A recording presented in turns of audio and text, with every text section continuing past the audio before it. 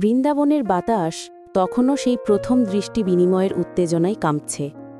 প্রথম সাক্ষাতের সেই পবিত্র মুহূর্ত, কৃষ্ণের সেই মায়াবী হাসি আর বাঁশির সুর রাধার হৃদয়ে এখন এক নতুন জগৎ সৃষ্টি করেছে। কিন্তু এই জগৎ ছিল ভঙ্গুর, কারণ প্রেমের পথ কখনোই সহজ হয় না, বিশেষত যখন সেই প্রেম সমাজের চোখে নিষিদ্ধ হতে পারে। সেই কদমতলার সাক্ষাতের পর রাধার মন অস্থির। প্রতিটি কাজে, প্রতিটি ক্ষণে সে কেবল কৃষ্ণের সেই বাঁশির সুর আর সেই মায়াবী হাসিটিই দেখতে পায়। কিন্তু সে জানে না, তাদের এই নতুন আকর্ষণকে ভালো চোখে দেখছে না বৃন্দাবনের কিছু কঠোর নিয়ম ও রক্ষণশীল মন। রাধা শাশুড়ি জটিলা এবং ননদ কুটিলা এরা ছিলেন সামাজিক কাঠিন্যের প্রতিমূর্তি। রাধার যশ এবং পরিবারের সম্মান ছিল তাদের কাছে সবার ওপরে, আর কোনো রাখাল বালকের সাথে রাধার মেলামেশা তাদের কাছে ছিল চরম গর্হিত অপরাধ। জটিলা অত্যন্ত ক্রুদ্ধ ও সন্দেহপ্রবণ প্রথম থেকেই রাধার ওপর নজর রেখেছিলেন। তিনি লক্ষ্য করলেন আজকাল রাধা কেমন যেন অন্যমনস্ক, এবং যমুনার দিকে গেলেই তার পায়ে যেন এক অস্থিরতা দেখা যায়। একদিন সকালে রাধা গোপালকে দেবার জন্য দুধ ও দই বিক্রি করতে মথুরার পথে যাচ্ছিলেন। মন তার চঞ্চল, কারণ সে আশা করছিল হয়তো আজ পথে কোথাও কৃষ্ণের দেখা মিলবে। কিন্তু এই সুযোগটিকে কাজে লাগালো জটিলা। জটিলা ছদ্মবেশে নয়, বরং এক কঠোর প্রশ্নকর্তা রূপে রাধার পথ আটকে দাঁড়াল।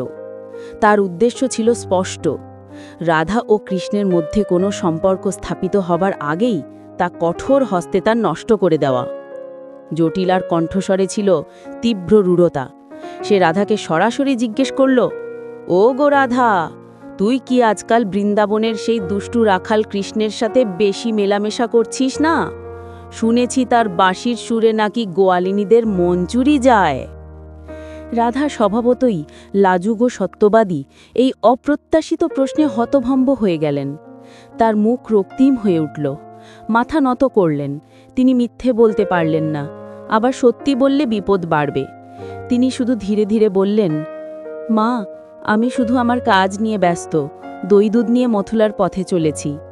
কিন্তু রাধার চোখের ভাষাই বলে দিচ্ছিল হৃদয়ের গোপন কথা, যা জটিলার তীক্ষ্ণ দৃষ্টি এড়াল না।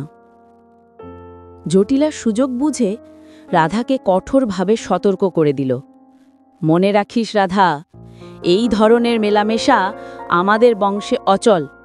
তুই যদি আর কখনো সেই রাখালের ধারে কাছেও যাস, তবে এর চরম পরিণতি হবে। তোর পরিবারের সম্মান সবার ওপরে। রাধা নতমস্তকে চলে গেলেন, কিন্তু তার হৃদয়ের গভীরে এই সতর্কবাণী কোনো প্রভাব ফেলতে পারল না। বরং কৃষ্ণের প্রতি তার টান যেন আরও গভীর হল।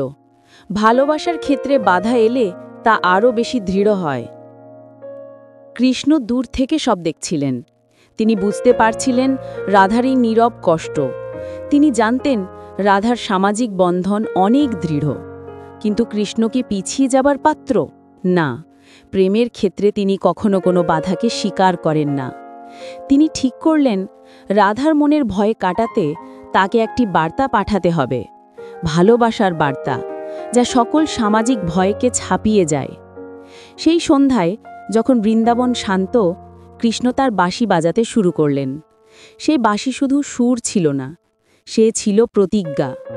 প্রতিটি সুর যেন রাধার কানে কানে বলছিল, ভয় পেও না প্রিয়া, এই প্রেম তোমার সমাজ বা পরিবারের হাতে বন্দী নয়, এটি স্বর্গের আশীর্বাদ। আমি তোমার সাথে আছি। রাধা তার ঘরে বসে সেই সুর শুনলেন। সেই সুর তার চোখের জল মুছে দিল এবং হৃদয়ে এক নতুন সাহস জাগাল। এই প্রেম কোনো দিন হার মানবে না। এই ছিল তাদের প্রথম পরীক্ষা থেকে পাওয়া নীরব প্রতিজ্ঞা। জটিলার কঠোরতা কি পারবে রাধা ও কৃষ্ণের হৃদয়ের বাঁধনকে দুর্বল করতে? কৃষ্ণ কি এবার সরাসরি সমাজের চোখে চোখ রেখে প্রেমের পথ তৈরি করবেন? না, তিনি জানেন রাধার কাছে পৌঁছনোর জন্য প্রয়োজন আরও কৌশল। পরের পর্বে কৃষ্ণ প্রস্তুত হচ্ছেন এক নতুন কৌশলের জন্য। তিনি আসছেন এক অদ্ভুত রূপে, এক অদ্ভুত ছদ্মবেশে। এবার রাধার জীবনে ঘটতে চলেছে এক মজার অথচ জটিল ঘটনা। কেমন হবে সেই ছদ্মবেশ? সেই ছদ্মবেশের আড়ালে লুকিয়ে থাকা কৃষ্ণকে কি চিনতে পারবে রাধা? জানতে হলে অপেক্ষা করুন রাধাকৃষ্ণ অসমাপ্ত প্রেম কাহিনী পর্ব ৩ অদ্ভুত ছদ্মবেশের জন্য।